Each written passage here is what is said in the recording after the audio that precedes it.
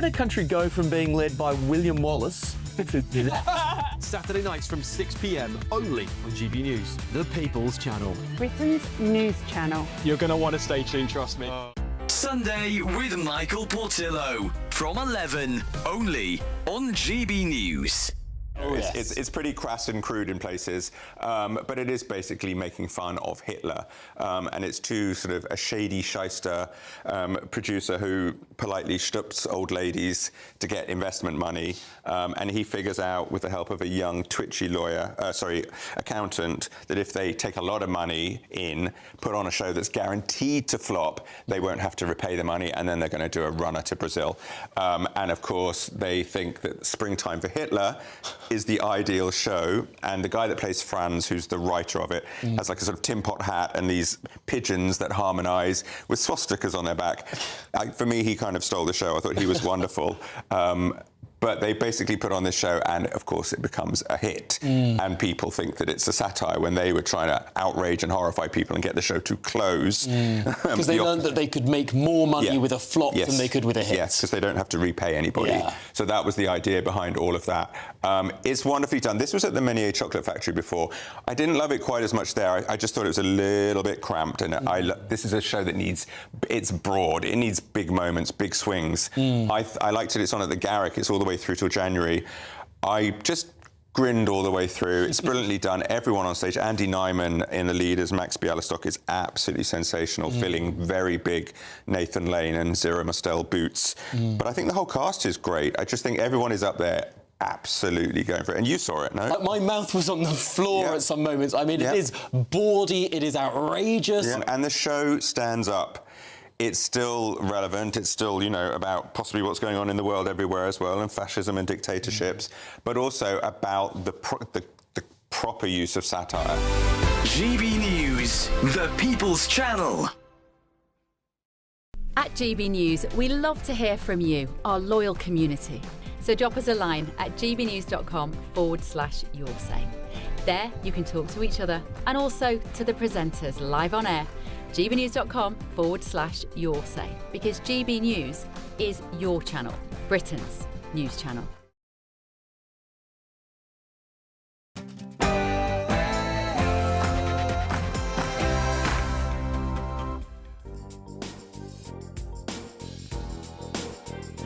Live from the Conservative Party conference here in Manchester. We'll be speaking to the leader of the opposition, Kemi Badenoch, as her party is in the spotlight this week. After the shocking terror attack at the Synagogue here in Manchester on Thursday, I'm going to be speaking to Graham Stringer, the Labour MP for the constituency, which includes the Heaton Park Synagogue and its worshippers. Also, following that attack, Lord Pickles, the co-chair of the UK Holocaust Memorial Foundation, will join me to discuss the rise of anti-Semitism in Britain. I'm also going to be joined by Reform UK's chairman, David Bull. What does he make of the Conservative Party's latest plan to leave the ECHR, the European Court of Human Rights? And we'll get the latest political analysis and reaction from GB News political editor Christopher Hope. As ever, we've got another 90 minutes of punchy politics to come, so do not even think of going anywhere.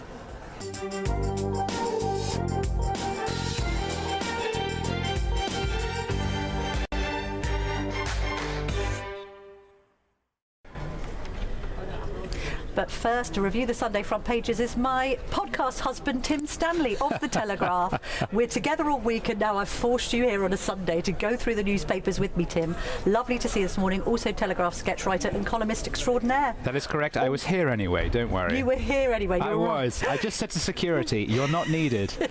No one's going to attack this conference. No one even knows it's happening. No, well, that's probably a little unfair. Let's get into... Hang on a minute, because I have spoken to Kemi Badenoch and put that to her. And she insists, actually, her border plan is something to be talked about. It's on the front page of our Sunday newspaper, the Sunday Telegraph. Ben Riley-Smith, the political editor, has written it up. I'll deport 150,000 people a year, she says. Yes, that's a striking number. Creation of a British-style ICE, the American People's Removals Company. Plus, she's going to leave the ECHR. A lot of people would say, why has it taken you a year to decide to do this? Wouldn't your instincts have told you this is what the public wants? She needs to consider it all very carefully, because she can't come out with headline-grabbing ideas that don't stand up to scrutiny, Tim. But the problem is whatever she does, and whenever she does it, it looks like it's reacting to reform. You and I have now attended 4 conferences, and every one of them has been a new iteration of the first reform conference. Yes. The Lib Dems waving the flags, Labour saying we're patriotic, and now the Tories saying we'll deport 150,000 people. The truth is, reform is setting the running in politics, and everyone is either repudiating it or catching up. And as the brilliant Aris Roussenos wrote in Unheard recently, Farage himself is copying Trump. Yes. So in a sense, We're all all these copying conferences, Trump. we've all become Republicans. Yes. And the latest thing is deport 150,000 people. It is a big number. I think it will catch people's imagination. It might get her some attention. But as we've discussed elsewhere, I'm not sure the Tories can win on immigration, because you can't outbid reform. George Osborne made a case last year at a Thatcher lecture, of all things, that she should pivot towards the Liberal Democrats and be more centrist. Isn't it to be encouraged that actually she is a Thatcherite through and through, truly? She's a proper Conservative, unlike her predecessors. Boris Johnson, responsible for mass migration that he is, quotes, very proud of. And actually she is marking her territory and saying, no, we're still a right-wing party and we can take on reform. Yes, it's a question of what you're right-wing about, and I suspect that the real opening is on economics, because reform when it comes to that is just trying to out-Labour Labour. I mean, it's promising to nationalise key industries and things like that. It's back to the 1970s. Whereas, therefore, there is this little glimmer in the fence. You can just see a little bit of light creaking through, which is the question of economic competence. And in 3 or 4 years' time, what is going to be the big issue? Is it still going to be immigration? Well, hopefully the boat problem has been solved by then, in which case the issue will be the cost of solving the boat problem, the economics, the financial position. I suspect the Tories might do better long-run focusing on that rather than immigration. OK, let's talk about somebody who wasn't at the Labour Party conference but is on the front of the Mail on Sunday. But her boyfriend was at the Labour Party conference. We're talking about Angela Rayner. The Mail has got a story that apparently Sam Tarry, I guess he's currently her boyfriend, I don't know. Long-term lover? Her long-term lover. Well, I was going to say long-term lover from Liverpool, but we're not in that city now. We're in Manchester. And he's not got very long hair either. Is this a problem? She's got enough hair for both of them, surely. The Mail reports that they have spotted him getting in and out of cars, moving things with the assistance of taxpayer-funded security people, i.e. Angela's people. Yes. Now, why are they doing this? Well, one reason why they're doing this is because when it comes to reporting on the private lives of politicians, you can never just say, here's what's really going on. You have to report innuendo and associated facts so that the public can piece it together. Well, and the big mystery around Angela Rayner is, why did she need to live in Hove? Why did she need that crash pad? Well, also, where does Sam Tarry live? Well, I don't know. He lives in Brighton. He lives in Brighton. OK, he did emerge, I think, once from a London address with a toothbrush in his top pocket. And she was seen a little later. Hair all over the place, like mine this morning. Just to balance up this conversation, Angela Rayner's people have responded to this front page story, and this is what they've said. Angela has a heightened and active security risk, and her property in Hove has been attacked with misogynistic and extremist graffiti. Mindful of the ongoing risks facing Angela, the security team facilitated her partner moving a small number of her possessions into a vehicle to minimise risk to her security. I thought you were going to say heightened and active sex drive then. And good for her if so. Honestly. We all, for the millions who attended the Labour deputy leadership hustings, it was between a woman from the north in a blue dress versus a woman from the north in a blue dress. And both said exactly the same thing. They'd grown up under Thatcher. Although they were born in a cardboard box in the middle of the street. Exactly. They're both children of Bridget Thatcher. Edged it because she has only one parent. So okay. that was good. But we were all watching that thinking, oh, we miss Angela Rayner, because she is one of the most interesting and charismatic politicians, and I hope, many of us are secretly hoping that she returns to frontline politics at some point. This is the sketch writer in you speaking now, because you think no, she's it's a question colourful. of national interest. Right, because Wes Streeting wants her back. They all want her back. They want her back for good. We've got Tony Blair back. We do, yes. We've got Rachel Silvestre and Gaza can have him. Gaza, well, he's being called Tony of Arabia. Yes. What's your view on him spearheading the Gaza peace plan? This is the Observer's new strategy of having big pictures and a grabby headline that sort of comes from nowhere. Look at the light on him, Tony like of he Arabia. is the next Messiah. Look at this. It's very clever. I mean, of course, in this country he's regarded as a war criminal, but in large parts of the Middle East that's seen as a plus. And so he's being sent in to manage. Can I just caveat this by saying that Tony Blair's people will refute the description of him as a, quote, war criminal? Carry on, he Tim. is a lover of peace. He's been picked by Trump to step in and help chair the reorganization of Gaza. We're in an extraordinary moment right now because we've had 2 years of the most appalling war, and we're all thinking, can this ever end, and how does this end? And either it would end in just wouldn't end, or it would end in, people are calling it a genocide, the Israeli attempt to control Gaza, but it now looks as though we're on the verge of peace brought by Donald Trump. Yes. And it means Netanyahu has said he's going to stop his campaign, his military campaign. Hamas has indicated that it will return the hostages. This is an incredible coup, and that it's Donald Trump that's done it, with Tony Blair stepping in to help organize it. I mean, that's a real, that was unforeseen. Is he in line for a Nobel Peace Prize? Does he want one? Does it matter? They'll never give him one. He has a list of countries he says he's brought peace to whenever you ask. Yes, I think there's 7 initially, then another 31 or something. They included countries we didn't know were at war, like the Congo. So he's okay. He cares about peace, and I think one of the geniuses of him is he doesn't go through the State Department. He doesn't go through the normal channels. He doesn't care what the UN says. He deals with power brokers like Netanyahu, people who operate in the way he operates, and he gets stuff done. The idea of Hamas releasing these hostages, Tim, it's got a tragic edge to it, hasn't it? Because deep down, the Israeli authorities know that a lot of these hostages have been killed. They're talking about repatriating how many bodies. are actually going to come back, and what condition are the people who do come back? What condition are they going to be in?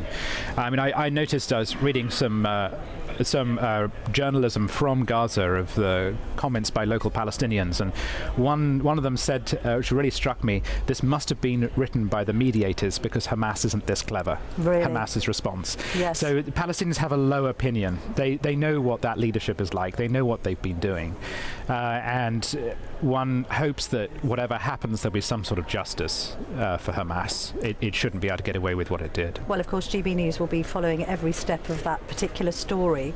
Let's then turn to Gabriel Pogrund. He's got a good scoop about how a Chinese spying case has collapsed, and there's a bit of a link to Tony Blair, because the suggestion is it's because of his former advisor, Jonathan Powell. Can you just explain this story? Yeah, there was a trial into alleged Chinese-backed espionage in the UK, but the Times reports that the prosecution case essentially fell apart because government advisors said that the Chinese state could not be described as an enemy in court. Oh, now why not? Well, because of the diplomatic and political fallout of labelling a foreign state an enemy. You'd have to follow through on that. The state can't pursue a case against someone and say these people were spying on behalf of an enemy without thereby casting that state as an enemy, and that means you have to change your diplomatic and economic relationship with them. I mean, there are some people who will be at this conference today, people like Ian Duncan Smith, who've been arguing for many, many years that that's exactly what China is materially. Whatever officially our relationship is, it does spy on us, it does hound our citizens, and it does lock up dissenters with whom we sympathise. Well, it's certainly an enemy of the Uyghur people, whose human rights seem to be overlooked by progressive these days, too. And it's an enemy of Democrats in Hong Kong too. I always find it grimly ironic that one of the countries that recognized Palestinian statehood was China, when China, of course, occupies Tibet and is cracking down on democracy in Hong Kong. And also there's still this row going on about the super embassy in Tower Hamlets, which seems to me to be a crazy idea. We've already got some blueprints for some underground corridors or tunnels. Yes. The Chinese are saying there's nothing to see here. The intelligence services and the police are saying we're quite concerned about this. It was Angela Rayner who looked to be giving it the green light. Yes. Now it's under David Lammy's remit. Should that super embassy go ahead, do you think, Tim? It's very hard to say no to a country that's willing to spend that much money and which has an economy the size of China's. So it's just, there's no getting around that. That's what this is all about. And we have difficult relationships with various Ruritanian kingdoms in the Middle East as well. We're back to that subject. So would it be hypocritical to refuse money from one and accept money from the other? I don't know. One does wonder why this embassy has to be the size and scale of Disneyland, Florida. It is a preposterously large Yes. embassy. And I can't imagine we can have the same in Beijing, let's put it that way. Exactly, and the Chinese have been accused of using them essentially as prisons. So, yes, there's a very, very good reason to be sceptical. Tim Stanley, thank you very much indeed for joining me today. We're going to be podcasting all week if anyone wants to catch us. Daily Tea, Telegraph. Thank you so much. I need to also just respond to the story about the Chinese spying, because the Cabinet Office has responded to that report. The decision not to proceed with prosecution under the Official Secrets Act was made by the Crown Prosecution Service entirely independently of government. We do not recognise the meeting as described. There has not been a material change in the evidence provided by the government which pertained to a period when the alleged offences took place between 2021 and 2023. Well, coming up next, I'm going to be speaking to Graham Stringer, whose constituency includes that Heaton Park Synagogue. And, of course, we've got our big interview with the woman of the moment here, Kemi Badenoch, the leader of the Conservatives. Don't go anywhere. I hope we haven't forgotten anything. Travel insurance, I tick that box. Yeah, but remember what you forgot last year. All Clear Travel Insurance sponsors GB News Travel Destinations Forecast. It's been very unsettled across parts of the eastern Mediterranean, and it will stay pretty wet across Greece and parts of the Balkans through the next few days. But Iberia, the Canary Islands and also Madeira having plenty of fine weather through the day on Monday. 1 or 2 showers for eastern Spain, but lots of fine sunny conditions across Italy too. We'll run into those thunderstorms and heavy spells of rain there across Greece, some stronger winds as well. And as we go towards Tuesday in the middle part of the week, that unsettled weather will push in towards Turkey as well, so potentially some flooding here. All Clear Travel Insurance sponsors GB News Travel Destinations Forecast. Britain was once the envy of the world. But look around. A nation that no longer knows what it is or where it's going. A country that's broken. How do we fix Britain? How do we bring it back? Friday night with Matt Goodwin at 8 p.m. only on GB News. Exciting news. Every Friday, my Patrick Christie's Tonight Show is going to have a twist to it. We're welcoming some special guests. You. That's right, on Fridays I'm going to be doing my show in front of a live studio audience, because this show is about you and what you have to say. It's going to be the same big debates, same big topics, same big opinions. But every Friday night at 9 p.m, you are invited to come on down to Patrick Christie's Tonight to be a part of the action. Only on GB News, the People's Channel, Britain's news channel. At GB News, we love to hear from you, our loyal community. So drop us a line at gbnews.com/your say. There you can talk to each other and also to the presenters live on air. gbnews.com/your say, because GB News is your channel, Britain's news channel. Hi, I'm Michelle Dewberry, and my show is your opportunity to cut through all the noise and dive in headfirst to some robust debates. Ideas clash. Situation, no, isn't it? because the failure is you're deliberately avoiding my point. Nothing's held back. And if you think this is the end of it, wait for more. And we do not shy away from the difficult stuff. Sometimes I want to shake people and say, if only you understood. So join me on Jubes & Co weeknights at 6 p.m, only on GB News, Britain's news channel. Join me, Nana Okoye, for an informative, interactive news programme with a difference. It's fun. No, he didn't say that, Dave. I'm so surprised. I think there's an element of truth to that. Join me from 3 p.m. every weekend, only on GB News, Britain's news channel. Decisions made in Washington aren't just shaping America, they're shaping Britain too. From migration to global security, from crime to health. Whatever happens in the White House today will be felt in your town or city tomorrow. That's why The Late Show is live from Washington, D.C. Cutting through the politics to show you what it all means for Britain. The Late Show live every night at midnight. Only on GB News, Britain's news channel. From the school run to the home run, watch a new show for all of Britain. He can say whatever he wants. A straight-talking show where all voices are heard. And, you know, when are we going to stop talking about smashing the gangs and actually do it? With the stories that matter from every part of our country. There's a bit of a crash landing there for your Chancellor. Bold, fearless and standing up for you. That's me, Martin Daubney, 3 p.m. till 6 p.m, weekdays, here only on GB News. The People's Channel, Britain's news channel.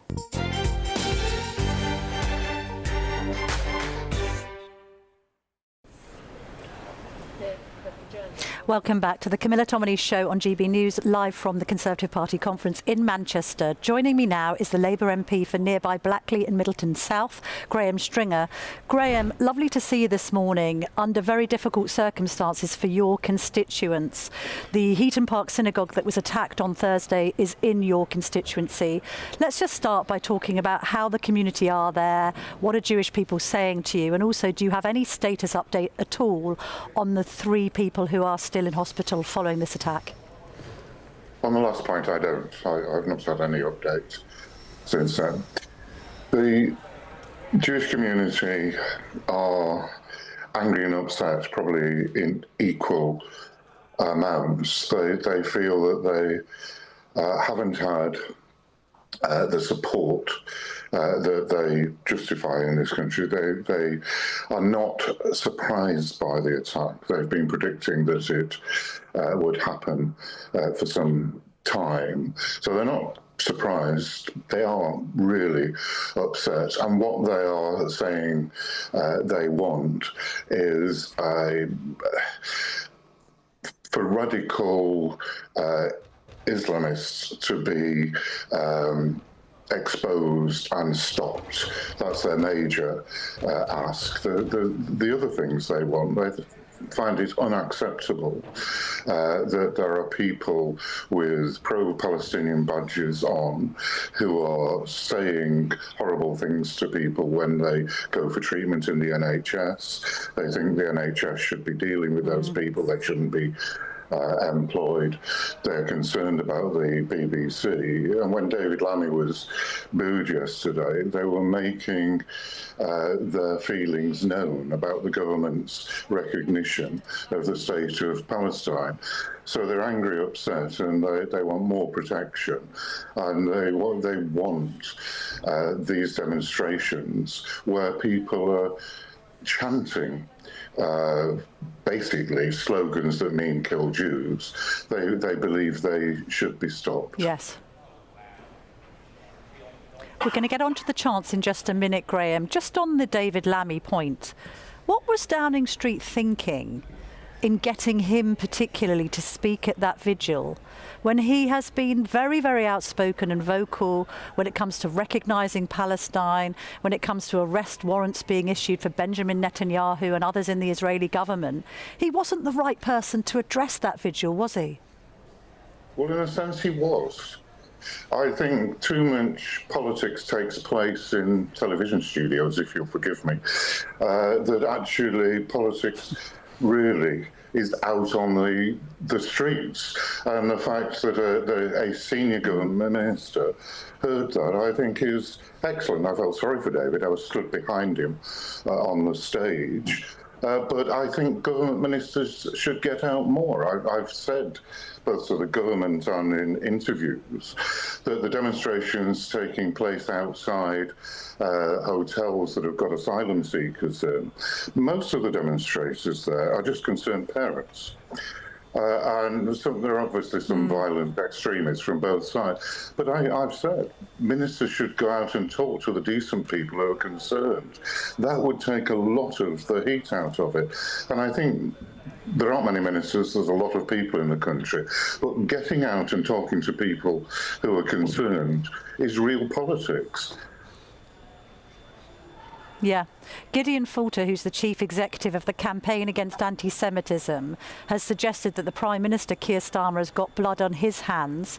Like many Jews, he accuses the Labour government of emboldening those who want to attack Jews with the recognition of Palestine, with this idea that they haven't supported them historically enough. And as you said earlier, Graham, you know, there was a sense of inevitability about what happened on Thursday. I sympathise with the sentiment. I think what those people who are supportive of the Jewish community and want an end to this extremism and the demand to kill Jews, which is what's happening on our streets, I think we should not respond in extreme language like blood on our hands. I think it's a mistake to recognise Palestine. I don't think the government has done enough in terms of educating people. It's easy to take decisions if you're in the cabinet, but there is also a responsibility on the leadership to explore, not only to go out and meet people, to explain why they're doing it. And I've not heard enough from ministers who are obviously concerned about the slaughter that's been happening in Gaza, but there has not been enough statements. It's happened, but not enough, that Hamas's policy from its inception has been to kill Jews and destroy Israel, and it just simply isn't said enough by Labour MPs, by Labour government ministers. And the fact is that the issue in Gaza could have been sorted out within days of the horrible attack on the 7th of October on Israelis if the hostages had been given back. But what has sustained the war has been those hostages, dead and alive, have been held, and Hamas has refused to give them up. The Home Office has released a statement this morning, an announcement that they will crack down more on the protests. More than 500 people arrested in London campaigning for the pro-Palestinian cause. We were meant to speak to the Home Secretary, Shabana Mahmood. She hasn't come on today. She backed out at the last minute, which does call into question, Graham, your comment about how ministers really must face the public, face the GB News audience. On these marches, should they be banned? And if not the marches banned, should some of the language, like from the river to the sea, calling for a global intifada, should that language be banned because Jews perceive it to incite hatred against them? I think we're at a really difficult junction. I'm a strong believer in freedom of speech and the right of people to demonstrate whatever their views are. I think the demonstrations have passed that point. I understand the police have a difficult time. If there are 2,000 or 3,000 people demonstrating, going in and arresting them may make the situation worse. But in whatever way, we cannot allow people chanting, inciting people to violence and murder against Jews. We cannot allow that on our streets. So I think the police have to think very carefully about the tactics. We don't want a war on our streets. And the government have to think very carefully about how they deal with banning things. I think that weekly demonstrations in our major cities, particularly London, is wrong. The law shouldn't allow people to dominate Parliament Square and other parts of London on a regular basis. One demonstration, I don't know what the right amount would be, every 2 months would be adequate. And those demonstrations the police shouldn't allow people to be inciting other people to violence.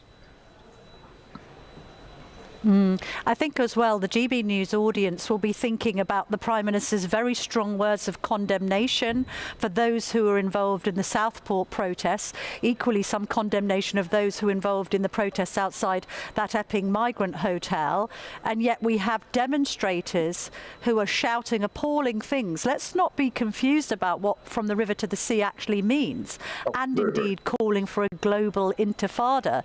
That means the destruction of the Jewish state, doesn't it, Graham? It does. I mean, it is a form of chanting for genocide. I was with the Prime Minister and the Home Secretary on Friday with local leaders of the Jewish community and of national leaders of the Jewish community. And in that meeting, the Prime Minister and the Home Secretary left in no doubt that they were looking at changing the legislation. They condemned completely the attack and those comments. So I've not followed word by word what the Prime Minister has said publicly and compared it to what he's said about other demonstrators. But certainly his language should be as strong about the pro-Palestinian marches as it was about the people who were extreme in demonstrating outside asylum hotels. Graham Stringer, thank you very, very much indeed for joining us on what I know has been a very difficult week for you and your constituents. Thank you. Thank you. Well, coming up next, we're going to be speaking to the leader of the opposition, Kemi Badenoch. I'm also going to be speaking to David Bull from Reform UK. What does he make of the Tory leader's new plan to crack down on immigration? And a little later, I'm going to catch up with Chopper Christopher Hope, GB News' political editor, about this very conference in Manchester. Stay tuned.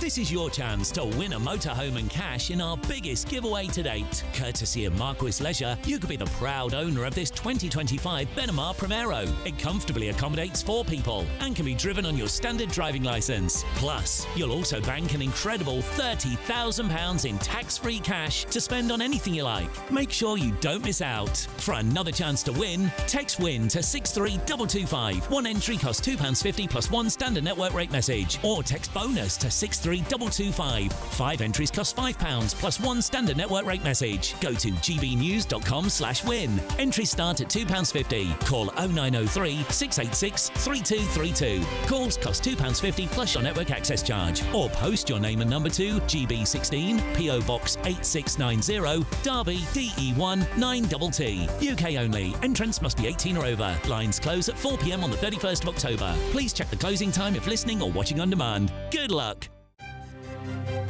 GB News Breakfast. Every day from 6 a.m.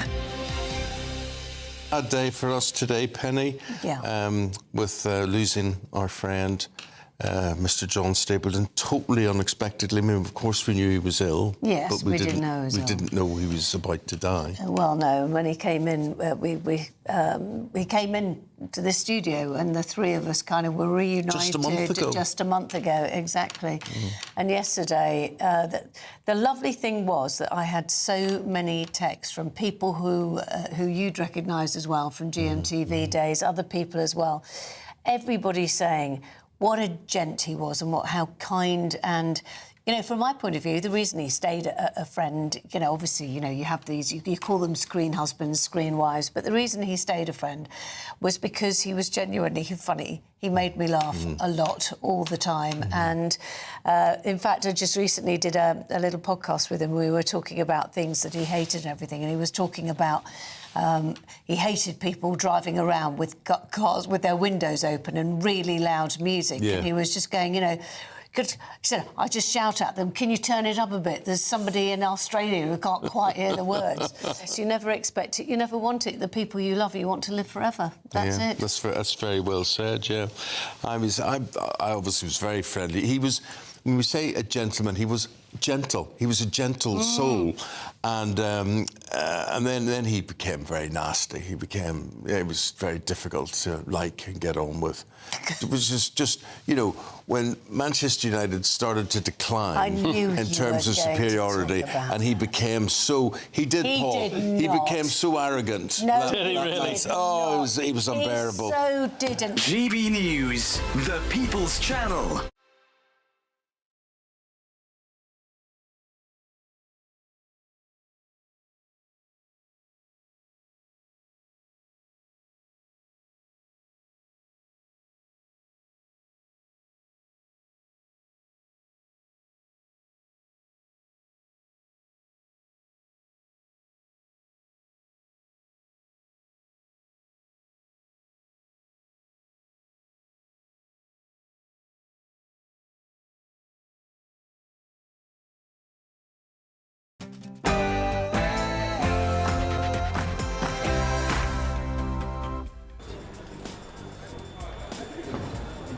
Good morning and welcome back to the Camilla Tominey Show here on GB News. Lots more still to come on today's show.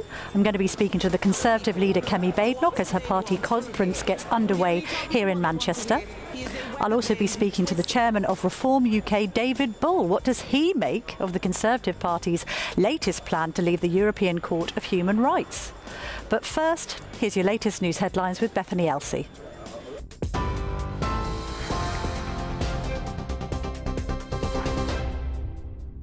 Camilla, thank you. Good morning. I'm Bethany Elsey with your top stories from the GB newsroom. Israel's Prime Minister says he hopes to announce the release of all remaining hostages in Gaza within the coming days. Benjamin Netanyahu said it was the military and diplomatic pressure of Israel and the US which has forced Hamas to agree to free those still being held captive, including those who've died. Hamas has agreed to some of the points within President Donald Trump's peace plan, but sticking points over the group's disarmament remain. Israel is sending negotiators to Egypt for indirect talks with the group tomorrow. They'll be joined by senior US envoys and Arab mediators. Police are to be given greater powers to restrict repeat protests. It comes just a day after almost 500 people were arrested at a pro-Palestine demonstration in central London. The majority of those who were detained on suspicion of supporting the banned group Palestine Action. The Home Secretary, Shabana Mahmood, says these frequent large-scale protests have caused considerable fear to the Jewish community. The plans could include ordering repeat protests to be held at different locations rather than at the same site for weeks. Russia has fired more than 50 missiles and 500 drones into Ukraine overnight. President Volodymyr Zelensky says 5 people were killed in the attacks and at least 10 people have been injured.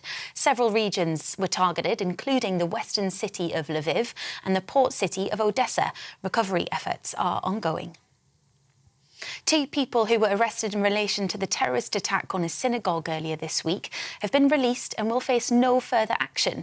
Counter-terrorism police have been granted extra time to question 4 other people, 2 men in their 30s and 2 women aged 46 and 61, who were detained on suspicion of preparing terrorist acts. 3 men are still being treated in hospital for serious injuries after the knife and car attack, in which 2 people were killed.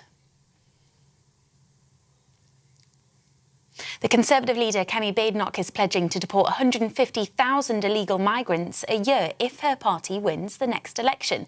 The Tories say they plan to create a removals force modelled on the US Immigration and Customs Agency and that it will be funded by closing asylum hotels. The announcement comes as the Conservative Party conference is getting underway in Manchester. You're up to date. I'll have more for you in an hour's time. Tune into GB News Radio wherever you are. Online, on DAB digital radio, on TuneIn, on Radio Player and on your smart speaker. Just say, play GB News.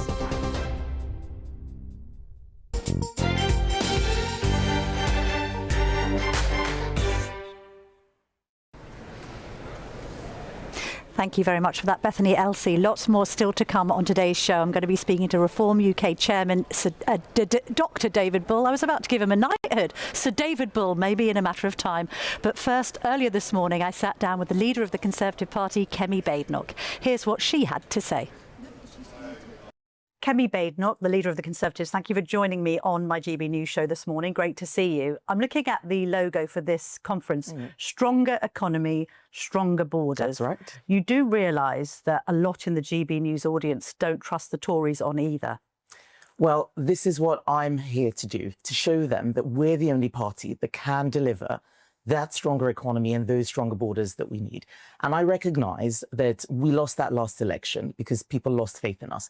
My job now is to regain that trust with the public, drawing a line under the mistakes. We made many. I've acknowledged them. We've apologised. But what I need to do now is show how we solve today's problems. I don't have a time machine to go back and redo the last Conservative government. What I do have is authentic Conservative principles and a plan, which is something no other party has. Well, let's talk about your borders plan.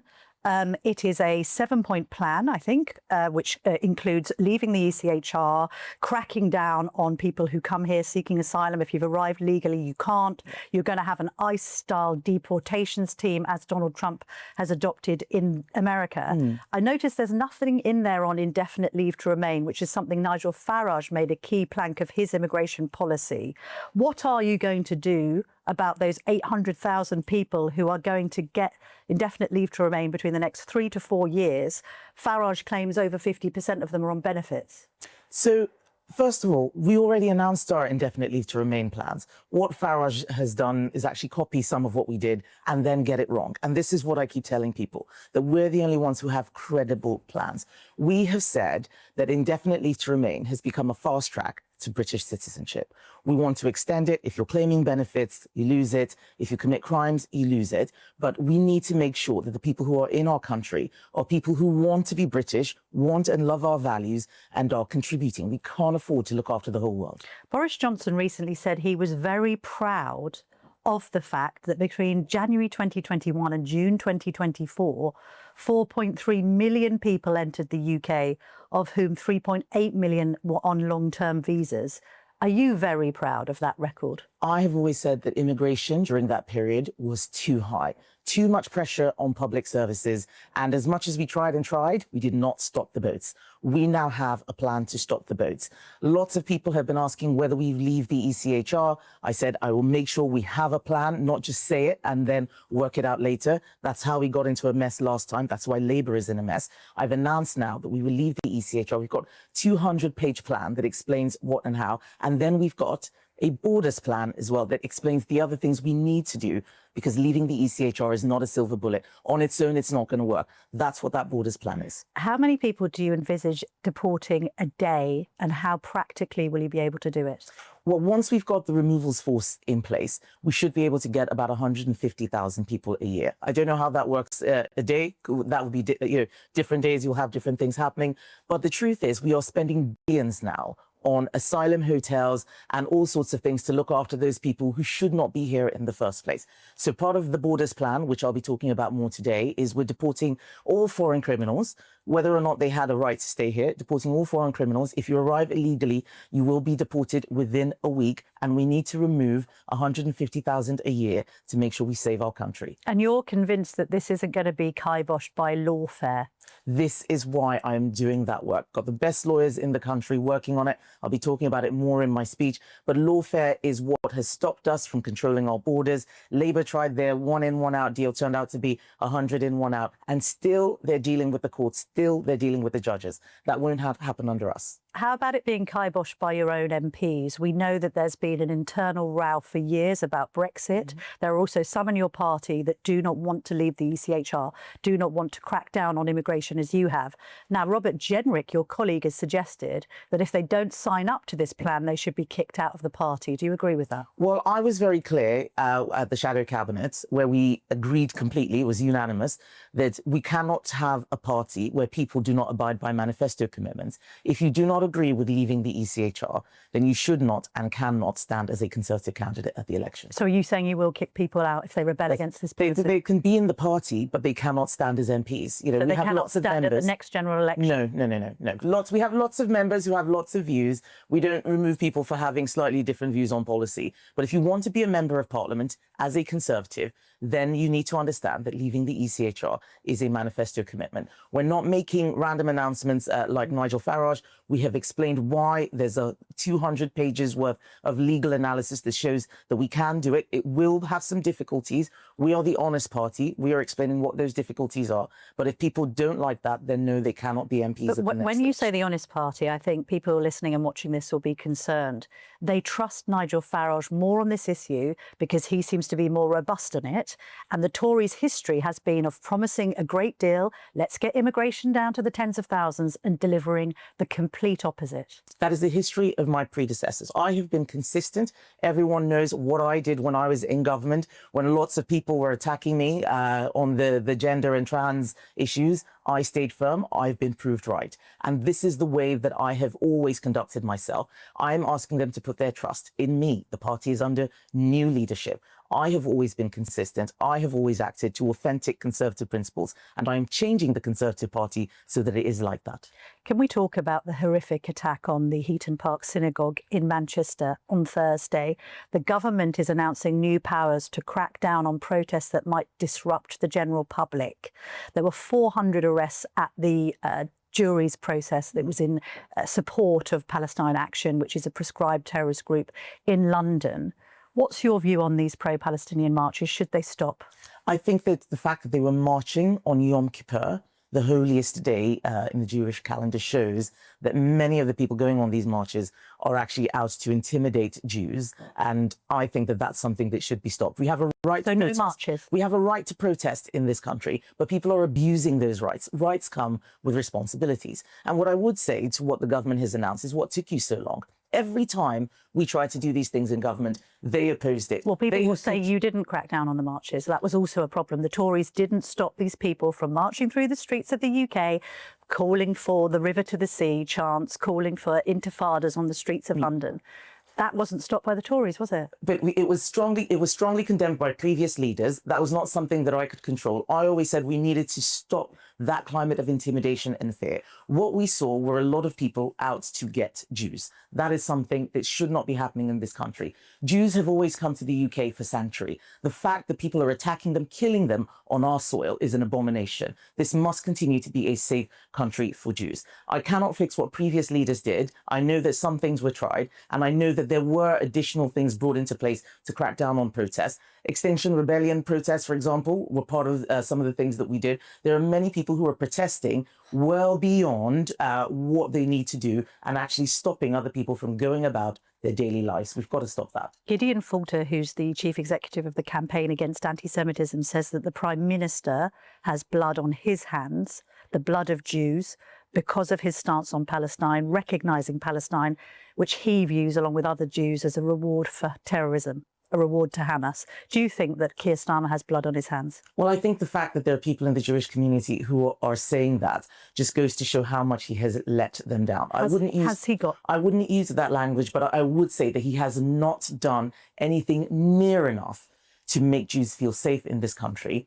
Recognizing Palestine when Hamas still had hostages was completely wrong. I said that at the time. I still believe that. It gave them a win. I think that a lot of the rhetoric and activity and action which the Labour government has done, banning licenses for us to send equipment to Israel, I think all of those things were sending a signal that encouraged other people, made them feel emboldened to continue intimidating Jews. And now this week, what we saw was an extreme example of that. I met members of that congregation. People were in the room. They burst into tears. Some of them couldn't even tell me what had happened. There were children there, old men, pushing against the door, worried that they were about to die. Let's move on to the party. You've told members, MPs and delegates to hold your nerve. How are they supposed to do that when the poll rating for the Tories has been tanking under your leadership? Now down to 14% in a couple of polls. That's worse than the Liberal Democrats. That is something that I have said again and again. We have to hold our nerve because we're going to have to deal with tough times before we come back. Oppositions previously have been in opposition for 14, 13, 18 years. We're going to do this in 4 years. It's going to be very bumpy, but we will do it. Are you saying you can be the next Prime Minister with the polling as it currently stands? Yes, and the polling will change. But Camilla, this is the But it's changed in the negative, hasn't it? Since you've taken power of this party, it's gone down. But remember, we have been spending the time making sure that we have robust policies and not just announcing things that are going to, collapse the minute anyone asks a question. That's what happens with reform. We've just announced some of the toughest policies. I told people when I was elected that I'm going to do this the proper way. We're going to take our time. We're not going to rush things out because people won't believe us. We've had too many leaders of all parties rushing out things that they cannot deliver. What I say I can do, I will do because I've done my homework. To bring the conversation full circle back to your borders plan, isn't this basically saying to Nigel Farage, look, you'll be the largest party, but we agree with you on immigration and we will prop you up if necessary?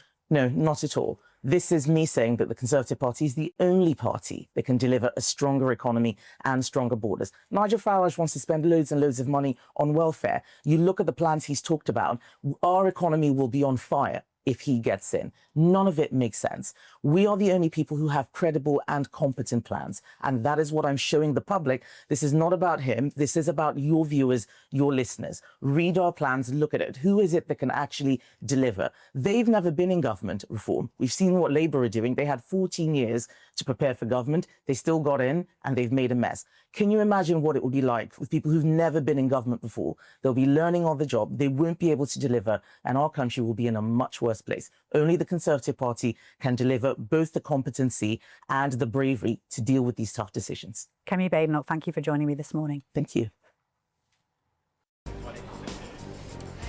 I hope you got that very clear newsline from that interview that Kemi Badenoch will not allow anyone in the party to stand as a Tory MP if they do not support her borders immigration plan. A very significant step forward for Kemi Badenoch, saying if you're a Liberal Democrat masquerading as a Conservative and you do not support this, don't stand for us next time. Significant. We're going to be discussing that in just a minute. I'm also going to be speaking to the Reform UK Chairman David Bull. Still lots more to come in the next 45 minutes. This is the Camilla Tominey Show. Don't go anywhere. Only on GB News.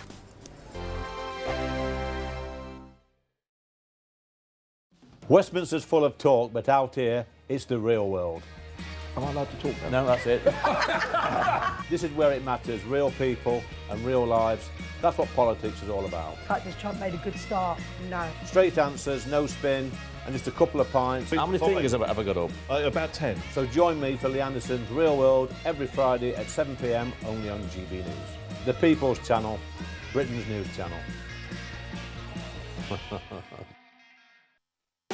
You want to know what's really going on in the corridors of power? Labour don't know what to do with you half the time, and that makes you quite lethal in the chamber. Get behind the headlines with Chopper's Political Podcast. Join me, Christopher Hope, as I sit down with the great and the good of British politics. We'll see where this ruling takes us. These are the stories shaping our nation. Chopper's Political Podcast, available now on all platforms. Listen in and stay ahead. It's Patrick Christie's Tonight, and here we do things differently. It's explaining the absolute madness of this, doesn't it? It's explosive. I mean, this is very good. It's lively. 850. Your government sat there, Sean, and he did nothing. It's controversial. And the Middle East has been in turmoil since before I was born. It's everything you need to kickstart your evening. Everyone's had their Weetabix tonight. I love to see it. That's Patrick Christie's Tonight, weeknights from 9 p.m. Only on GB News, the People's Channel, Britain's news channel. Hi, I'm Michelle Dewberry, and my show is your opportunity to cut through all the noise and dive in headfirst to some robust debates. Ideas clash. Situation, no, isn't it? No, Because the failure is... You're deliberately avoiding my point. Nothing's held back. And if you think this is the end of it, wait for more. And we do not shy away from the difficult stuff. Sometimes I want to shake people and say, if only you understood. So join me on Jubes and Co weeknights at 6 p.m, only on GB News, Britain's news channel. Decisions made in Washington aren't just shaping America, they're shaping Britain too. From migration to global security, from crime to health. Whatever happens in the White House today will be felt in your town or city tomorrow. That's why The Late Show is live from Washington, D.C. Cutting through the politics to show you what it all means for Britain.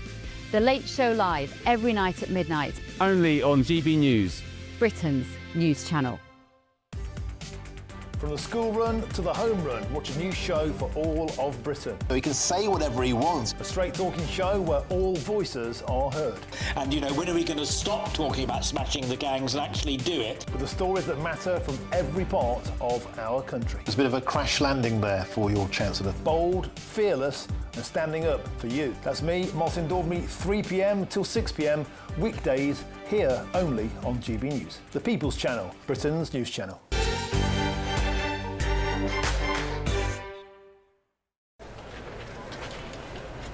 Welcome back. Joining me now is the Chairman of Reform UK, David Bull. Lovely to see you this morning, David. Thank you for joining me. Pleasure, the Conservatives have come out with a borders plan that's... Lovely to see you. The Conservatives have come out with a borders plan that you'll be envious of because it cracks down on illegals and legals, but it isn't as controversial as your own plan, which has rubbed a lot of people up the wrong way. Camilla, I think this is a desperate last-ditch attempt to have some sort of credibility and semblance of actually being able to do something. In fact, when I read that policy last night, my mouth dropped open because it's pretty much a copy and paste of the policy that we launched some month or so ago, Operation Restoring Justice. I think you were at that launch, and pretty much they are doing exactly what we said. And this is very much like a copy and paste. They've literally taken every single word. And when Chris Philp talks this morning about the fact that we put it together on the back of a fag packet, I think that's pretty rich coming from the Conservative Party, who did nothing about our porous borders over 14 years.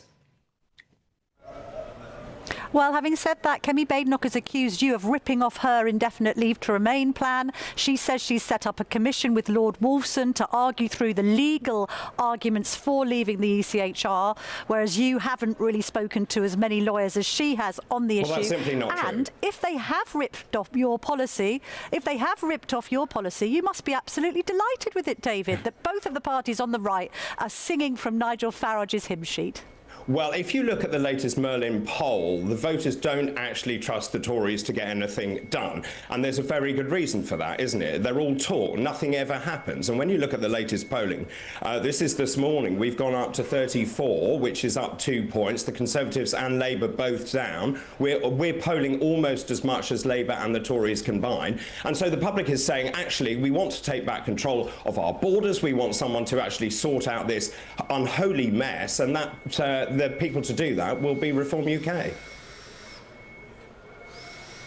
Just to warn viewers and listeners, there are odd noises and bings and bongs and bangs and a vacuum going, just in case you're hearing background noise. But that's because we're on location, which is something David Bull, as a former broadcaster, you're very familiar with. When it comes to the Tories, you're saying all of this quite critical language and using that. But if we look at the latest MRP poll by YouGov, that finds that Reform still don't have enough support in the country to form a majority government. You need a stonking majority in order to push through a pretty hefty legislative agenda, including your own immigration plans. So you're slagging off the Tories, but you might need Kemi Badenoch and her MPs to prop up your next government, mightn't you? Yeah, Camilla, remember we've been here before. We stood down, didn't we? We gave Boris Johnson an 80-seat majority, which was squandered. There is no way we would do a deal with the Tories. Look, when it comes to those polls, actually, they are very different. So the latest polling shows we win between 271 to 450 seats. That could give us a working majority of, say, 47 or thereabouts. But the point is that actually, I think the public, and I've been going around the country, I've seen 5,000 people over the last 4 months, and people are sick and tired of the back and forward, to and fro, from the Conservative Party to the Labour Party. They are looking for something different, and that is where we come in. And actually, we are only just getting started, and that's the message that I'm giving out to people as I go around the country. Watch those poll ratings, they will go up. All right, but hang on a minute. Are you saying that you'd rather be in a minority government than form a pact with the Conservatives? Who else are you going to form an electoral pact with if you were going to enter into coalition government? You're not going to form it with the Lib Dems or Labour or Green or Zara Sultana or Jeremy Corbyn. So if you don't form a pact with the Conservatives, if you haven't got enough for a majority, you're then going to let Labour in for another 4 years. No, the point is we believe that we can win and get an outright majority, and that is what the polling is showing us. But look, but what I was going to say was when you look at those polls, actually it looks like the Tories will be pretty much wiped out. They would be reduced to about 41 seats. Labour would have its worst results since 1931. You don't set out in a race to lose the race. Look, when you have a general election approaching, and remember it could be some time away, what we are doing is setting out our stall. We will have detailed and costed policies by the general election, and we are saying to the British public, look, which do you want? Do you want the Tories, do you want Labour, or do you want us? And I'm telling you, around the country, GB News viewers will be sitting at home thinking, I've had enough of all of this, and it's time to give another party a chance, and that party is ours. GB News viewers and listeners are very concerned about the case of Nathan Gill. This is the former leader of Reform in Wales, who was taking bribes from the Russians. What on earth has gone on here, David Bull? How could there be such a person in the Reform Party? Well, obviously, he's not in Reform UK. I knew Nathan when we were in the Brexit Party together. We served in the European Parliament together, and obviously what I've read is absolutely horrific. It has no place in politics. So we have distanced ourselves from Nathan Gill, and he deserves the full force of the law. Can I ask you about Zia Youssef's comments about the Prime Minister's rhetoric at the Labour Party conference? He claimed earlier this week that it had incited violence against Nigel Farage. He also revealed that Nigel Farage's taxpayer-funded bodyguards had been cut by 75% by the government. What's your response to that? Is Sir Keir Starmer inciting hatred against your party leader? Yes, I think he is, actually. He said that Nigel was not patriotic. I've worked with Nigel for a very long time. Shouldn't he? Well, so I know there is no one more patriotic than Nigel Farage in this country. Also, he then claimed that we were a party of racists. Now, that is inciting violence, as far as I can see. And the fact is that revenge is a dish best served cold. So you can see Labour has fallen by 5 points since he made those comments. We've put on another 8,000 members, thanks to the Prime Minister. I think the Prime Minister should do the decent thing, call a general election and see if the public back him. The Prime Minister has denied Zia Youssef's claims that he has incited any violence against Nigel Farage at all in his rhetoric at conference. But just by extension, if you think that his words are inciting violence, then surely both you and Zia Youssef should be calling on the police to investigate. Yeah, I think it's a really good point, actually. Look, I think you also have to look at this pragmatically. As I said, I'm going around the country Police to investigate the Prime Minister. Well, let's just talk about the ramifications. Let's not forget Joe Cox, David Amess. Let's talk about what it means to be a member of Parliament. Nigel Farage, and I can't go into operational details, but certainly our security has had to be stepped up. I am very aware when I'm going around the country that there is a risk attached to all of this, and it only takes one stupid person to do something. I think certainly Keir Starmer's rhetoric was wrong. I think the public can see that. That's why the poll rating is going up. But as to whether it's a police matter, that is a matter for the police. But do you think that the police should potentially investigate the Prime Minister over the words that he has used at conference about Nigel Farage? I think politicians need to be much more careful about the language they use.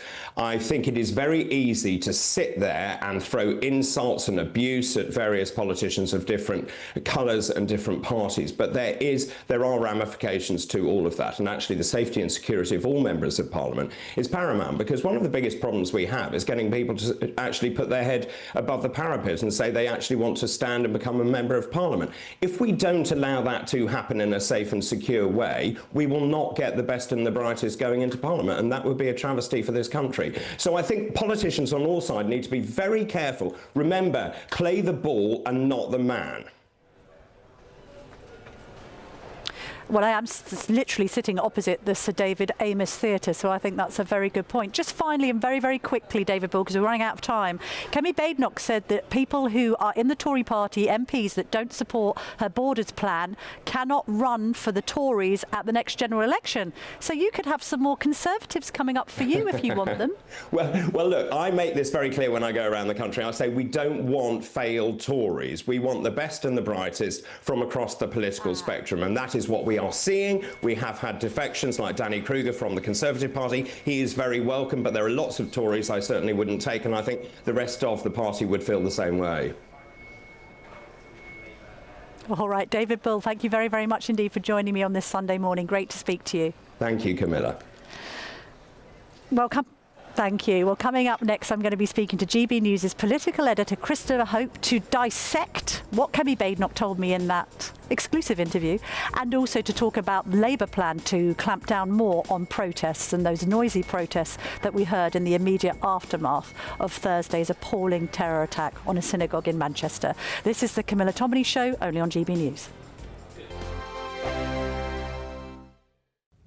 Good morning and welcome to your latest GB News weather update from the Met Office. Whilst today will be quite a bit less windy and a tad warmer than yesterday, we still have some pretty strong winds across more northern and eastern parts of Scotland this morning. A yellow wind warning remaining in place until midday.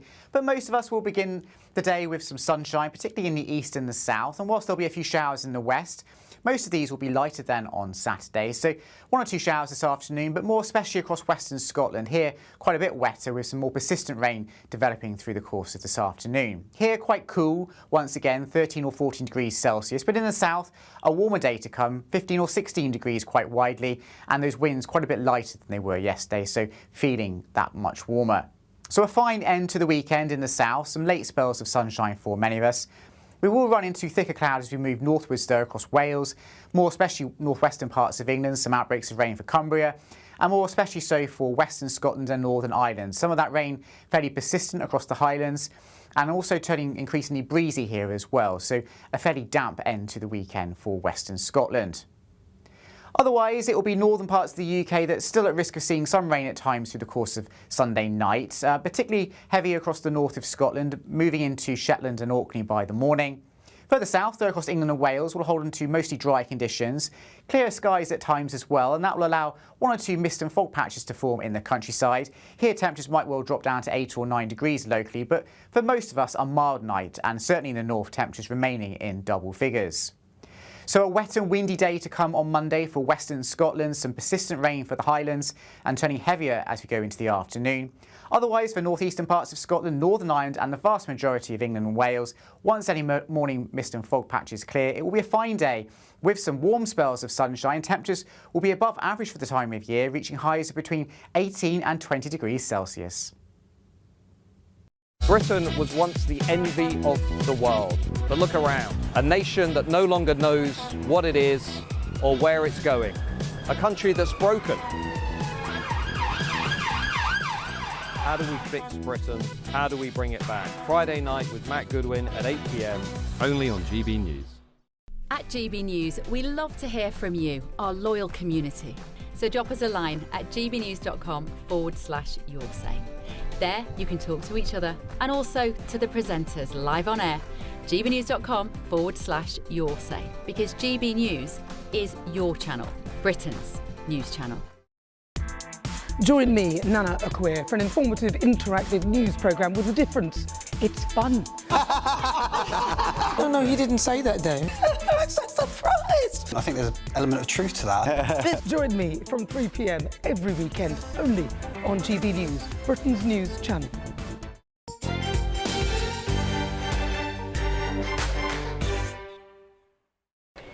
That one there. Welcome back with me now for reaction and analysis to this busy conference. We've got drills going, we've got a vacuum going, got bing bang bongs. Sorry about the background noise. That's live telly for you folks. And joining me now on live telly is GB News' political editor Christopher Hope. Loving your tie. Too much? No, never. It's I like pink. a man who embraces pink. Now, come on, we've got quite a good scoop from this Kemi Badenoch interview, haven't we? You really have. Let's remind viewers what she said there. She said, if you want to be an MP, as a Conservative, then you must understand leaving the ECHR is a manifesto commitment. Leaving the European Convention on Human Rights is a manifesto commitment. That is a challenge to all of the existing 120 Tory MPs, that unless you want to leave the ECHR, you're out. And that is a problem for maybe a fifth of the party, I think. Do you think a fifth of the party won't support the Borders plan? I think some might say, I can't fight in a party that wants to leave the ECHR. Do you know who I'm worried about? Who? James Cleverly. Well, he just came back into the shadow cabinet. He doesn't support this, does he? Well, he may say he does today. We'll ask him. Will he? Yes, in we must hand ask him. is the document. Bloody hell. This is a scoop on GB News. This is Lord Wolfson's report on leaving the European Convention. You can tell he's a lawyer, can't you? Human rights. You could have sent this in an email. It's 200 pages long. Good Lord. Near enough. So what they say in terms of the Tories... The vacuum's going again, Chris. Reform UK... Stop being at home with me in the dustbuster, honestly. This is what Reform UK hasn't done. Yeah. This is a 200-page Casey report on leaving the ECHR. This is the thinking which the Tories say Reform hasn't done. That's why they say it's the back of a fag packet. I know, but are they doing that to convince their own MPs, let alone the country, that it's a good idea? They need the legal backing to say that this policy is workable in law, right? The Tory party has senior Caseys in them. They have to convince other Caseys why they need to do it. This is a document which will underwrite the major issue, the major battleground for the next general election. Is here and it's out today. What did we make of her saying to her own party, hold your nerve? It's quite a ballsy thing to say in a way, isn't it? Look, she knows they're tanking in the polls. A couple of polls put them at 14%. There's now talk about whether they're competing actually to be the party of opposition, let alone the party of power. She's quite a steely and determined person, though, even though there are all these rumours about people deciding whether she should go in November or next May. She's been asking for time for a long time. She said she's a marathon runner. It's not a sprint, to which we say, it is a sprint and you're a marathon runner. That's where you're losing. Yeah, get on with it. It's a 24-hour news cycle. But this could be the boost that she needs, this actual thinking behind her policy. She says she's an engineer. She says she wants evidence before agreeing to things. She looks at Reform UK, riding high in the polls, and says, well, they're just doing it because they're going where the votes are, where the frustration is. She spent money and time on getting the policy right, and I think that may work for a lot of Conservatives thinking about going towards reform. My biggest takeaway about the Borders plan is she is absolutely pivoting to right and not left. She's not doing that thing of we can only win an election from the centre, which is often uttered by people that don't understand the centre ground has now shifted so far to the left, it's not centre anymore. And that's a problem for her, possibly, because yes, Reform UK are a problem on the right, but also is holding those Lib Dem switches on the left, and that's, you may lose them to they won that majority in 2015, didn't they, by conquering the southwest unexpectedly, killing the Lib Dems in the southwest. That might be very hard to do with this document. But bearing in mind that the Lib Dems are the kind of silent assassin in all this, they've got 71 seats. There's many who think that they might end up being the next party of opposition if the Tories don't navigate this carefully. If you're down in the southwest and you're inherently a Tory, but you've found Boris Johnson and everyone else that came before him and after him completely ridiculous, you don't want to vote for reform because you think they're too hard right. You do want to crack down on immigration. You maybe look at this clear thought out thinking and look at Kemi Badenoch and think, actually this makes me feel better about being a righty, so I'm going to vote for the Tories again. Maybe that's the theory, right? That is the theory, I think, and it is. I think you have to respect her. She's held the line and she's fallen in the polls asking for more time. Well, she's come out with a significant document here which will form the centrepiece, I think, of this party's manifesto. Let me take that document off you because I want you to delve back into your GB News notebook, because we've had a really interesting announcement this morning. 8 a.m. it dropped, probably to try and swerve attention away from the party conference here in Manchester. And this is about the police being given more powers to crack down on protests. In what way, Chris? How will this work? On repeat protests. So it's announced by Shabana Mahmood, the Home Secretary. Sadly, not on your show today, because I think, frankly, GB's viewers want to hear this from her. But let me tell you what she announced. We had her lined up to come on last night, and then suddenly at the last minute, the plug was pulled. Anyway, much to our let me summarise what she would have said were she here.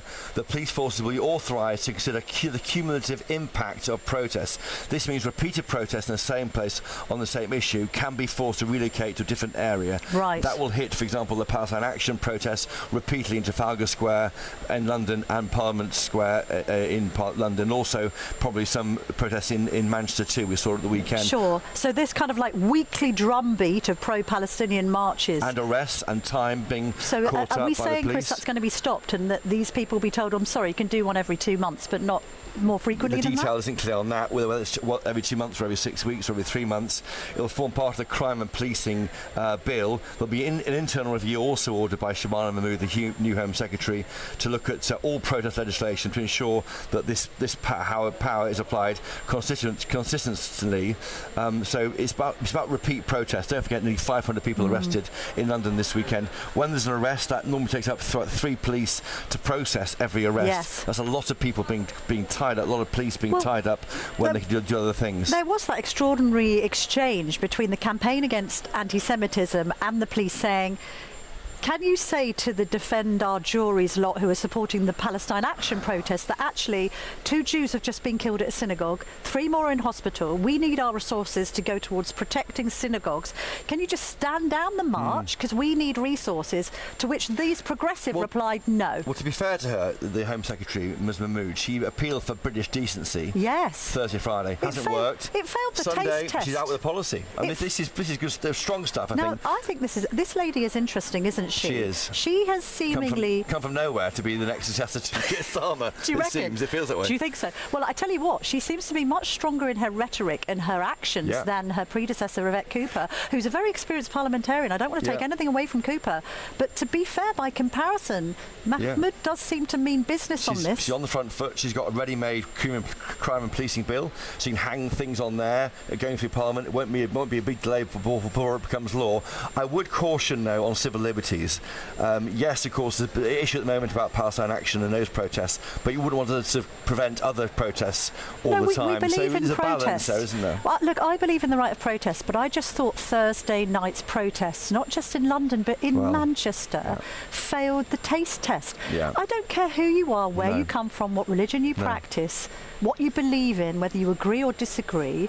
2 Jews have been killed. They've had to barricade themselves inside a synagogue. Have some respect. To which protesters say, but thousands more die in Gaza. Yeah, so but that's what they say back. But I don't understand the whataboutery. No. You know, when it comes to Jews being attacked, here, right? David Baddiel summed it up with his book. Jews don't seem to count. It doesn't seem to be the same thing. But do you know what? We're going to continue that conversation because I can see Lord Pickles over there, who has been a stalwart voice in favour of Jews and the Jewish plight in this country for very many years. He's going to come on next. Chris, you're going to be busy today and for the rest of the week with GB News. You want what back? Oh, yes. Report. You know what? If I have some problems sleeping tonight at the hotel that I'm at, I can borrow that off you. Chris, hope you're going to be back on the airwaves. Thank you very much indeed. Stay there. Loving the tie. Well done, you. Right, as I say, we are going to be speaking next to Lord Pickles. He's the co-chair of the UK's Holocaust Memorial Foundation. He's going to join me to discuss the rise of anti-Semitism here in Britain. This is the Camilla Tominey show. I'm competing with a vacuum. I don't know why it keeps on going on. I'm hoping the carpets are going to be super clean here by the time we wrap this up at 11. Don't go anywhere. I forecast a perfect holiday in the sun. Weather looking good then? For sure, and no worries about our travel insurance. All Clear Travel Insurance sponsors GB News Travel Destinations Forecast.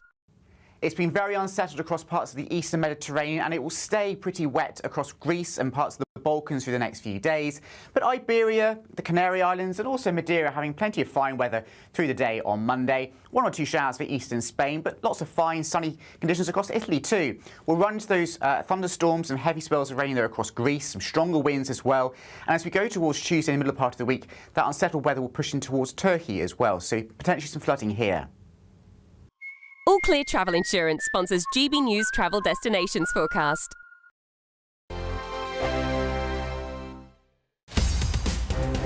the GB Newsroom, we bring you the news as it happens. With our team of dedicated journalists across the UK, we're ready to keep you up to date with what's happening every half an hour, every single day.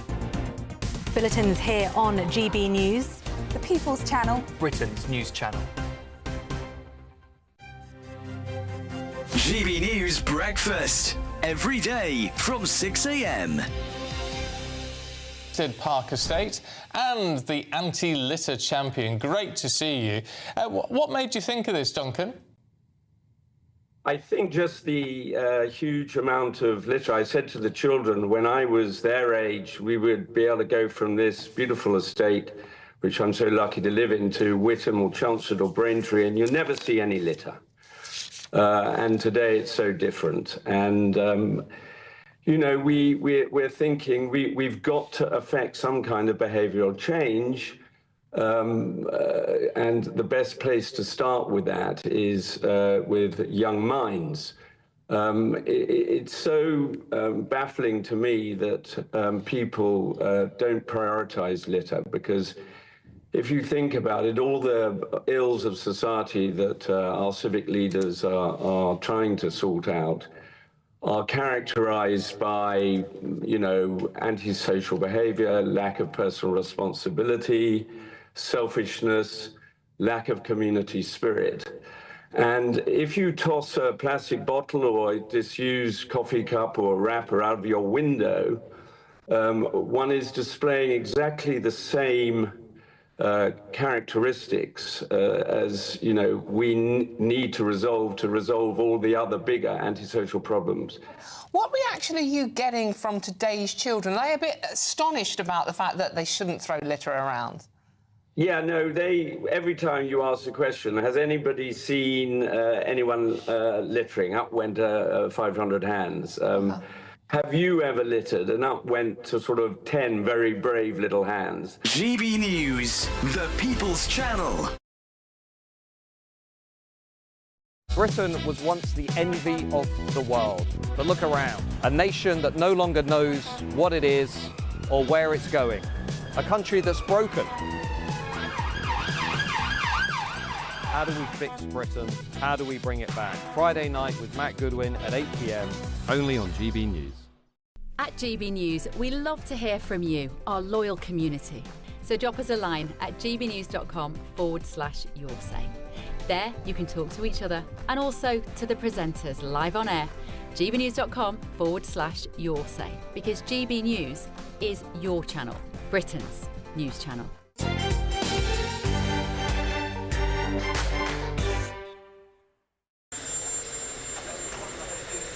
Welcome back to the Camilla Tominey Show, live at the Conservative Party conference in Manchester, where I'm now in a vacuum sandwich. I've got vacuums to the front of me, vacuums to the back, so I do apologise for the background noise.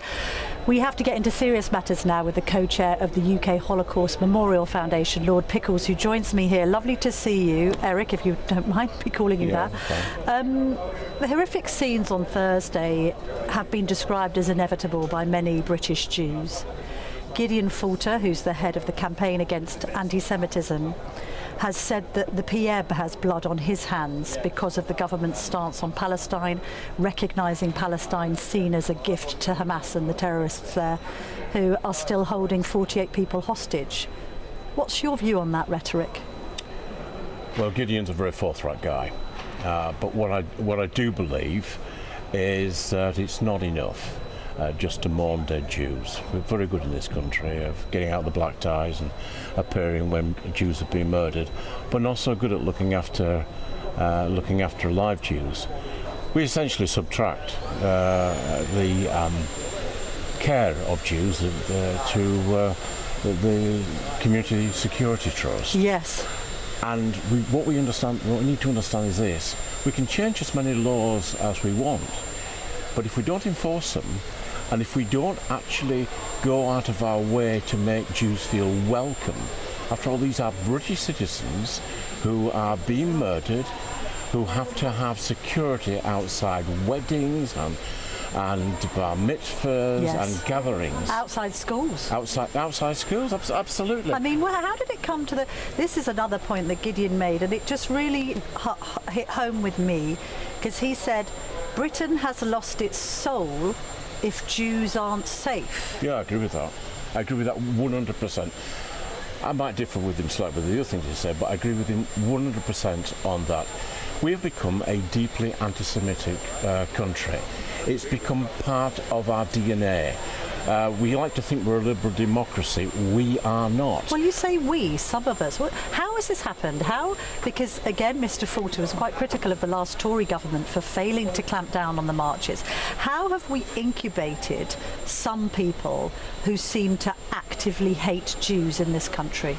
Again, I agree with that. I was just as critical of the Conservative government as I am of the present Labour government. Let's give you two examples of how deep this is in the British soul. You introduced me as the co-chairman of the Holocaust Foundation in the UK. Yeah. We're hoping to build a memorial and a learning centre.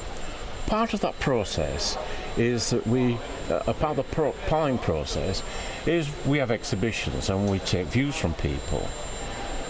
People came up to our officials, i.e. government employees, giving their names and addresses and saying things like, we're only having this because the Jews bribe politicians. We're only having this because the Jews control everything. Why don't we have it up somewhere in Finchley where they live? I mean, who are these people? What do you mean, white lefties? No, these are just Muslims. Who are they? These are middle class, very respectable, fairly well-held people that live in Westminster. So have we got a two-pronged problem here? We've got a problem with Jew hate and anti-Semitism festering in some sections of the extreme Islamist community, let's call it that. Yeah, sure. And we've got a problem with it festering among white middle-class people who are going on protests and saying things like one protester with regard to the Greta Thunberg flotilla last week told the Telegraph, and excuse my Sunday morning language, do excuse it, but I don't give an F about the Jewish community. That was the attitude of student protesters there. Yeah, and that in truth rings very true. I think there is a coalition between the left, the extreme left, the extreme right, and extreme Islamists in this country, which have coalesced around simple, straightforward Jew hatred. What we need to understand is the government needs to understand that changing laws ain't going to make a nip of the difference. There has to be a concerted attempt at moving towards social cohesion. There needs to be an attempt to ensure that Britain respects all religions. Yes. But how do you do that, Lord Pickles? I'm reminded of quite an interesting documentary that Stacey Dooley recently made in Luton, where you've got Islamic extremists marching down the street streets telling a British woman that she's underdressed. She was in a long-sleeve dress, hurling abuse at her, clearly not respecting British values.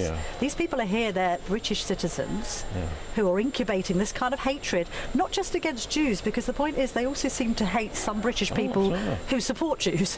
What do you do about that subsection of the Islamic community? I mean, it is a cliche to say that the Jews are the canary within the coal mine.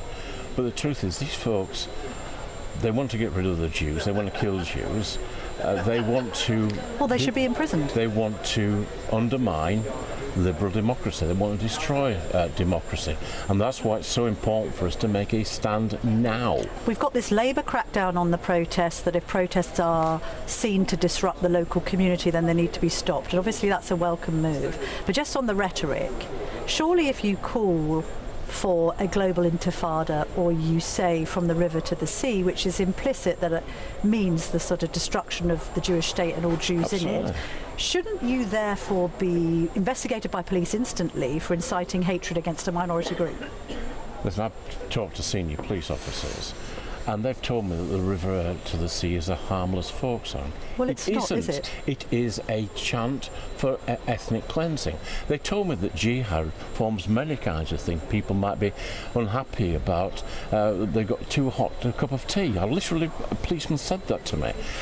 It's just ridiculous. But how do we tackle that if the police are telling you that there's nothing wrong with saying from the river to the sea, Palestine will be free? They need to understand that it is exactly what I said, a chant for ethnic cleansing.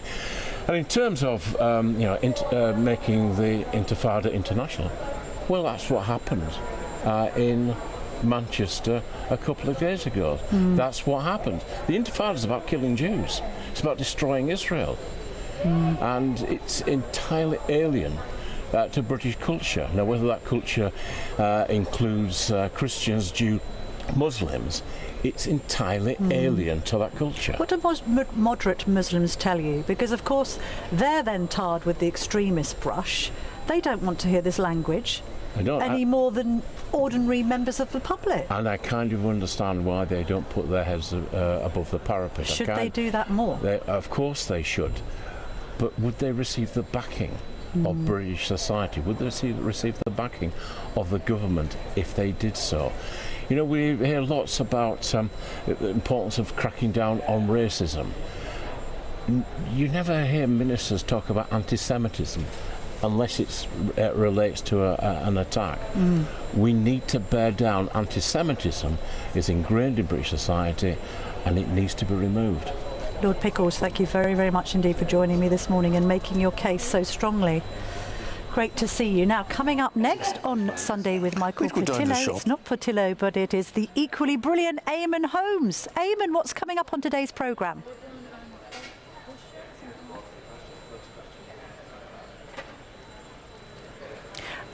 I'm not sure if Eamon can hear me. Eamon, I don't think you can hear me. Let's just continue the conversation with Lord Pickles, because I'm not sure Eamon can hear us before we wrap up the show. Very quick one, 20 seconds answer to this. Kemi Badenoch's speech on Wednesday, how important is it? Is she safe in the party or could she be toppled?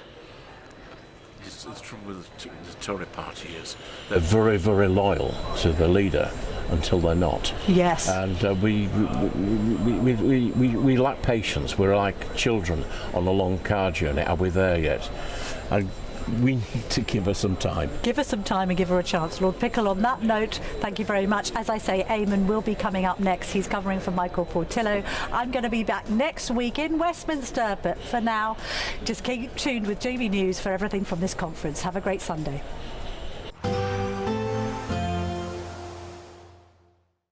Expect warm spells with the odd rude interruption. Box Boiler sponsors the weather on GB News.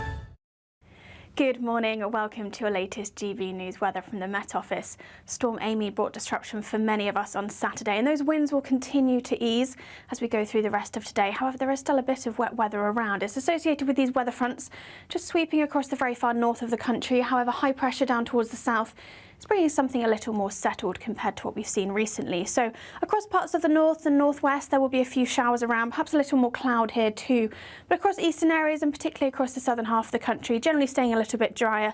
Some sunny spells developing through the afternoon and those winds continuing to